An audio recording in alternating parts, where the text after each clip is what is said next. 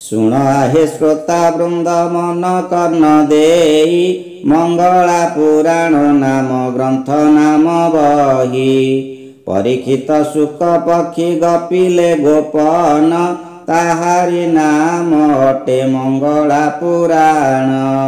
अनंतेश्वर नामे थिले राजा जणे इंदुरेखा पत्नी नाम पुराण बखाणे। तांकरी थिले नंदन नाम धनेश्वर धनी सौदागर नामे ख्यात चराचर।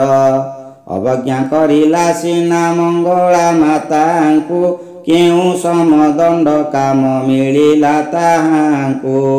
परक्षणे ज्ञान बही चिन्हिण मंगला धनेश्वर पत्नी अटे सुंदरी खुलना। किपरि लंघिला से जे दुखर सागर किपरि प्राप्ति हेला कृपा मातांकर। आउ एक कथा जने शुण मन कर्णे तपोई बोली कन्या थिला एही नामे। मातांक चरण पद्मे करिला भक्ति भाउज माने किपरि प्राप्ति सदगति। सुदया भोगिला तपोई झिया दुख फेड़ी पाइला से सबु सुख मोह। पापग्रस्त कुमारी से सरगर परी स्वर्ग छाड़ी मरतकु आसीथिला चली। बाह्य कर्मे भक्ति सीना भक्ति आसार भक्ति तुले साध्य हुए असाध्य कर्मर।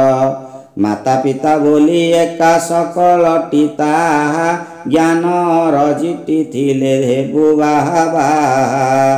अज्ञानी अज्ञान पथे गमन करुछि नाना रूप पूजा करी पाउ नाही किछि। अज्ञानी आत्माभिमानी दिशे एका प्राय केवल जे मिथ्या भावे देव पूजु थाए। जे भक्तिर बंधा सीना पाठ पूजा मंत्र पुणी भक्ति बंधा हेला 84 जंत्र।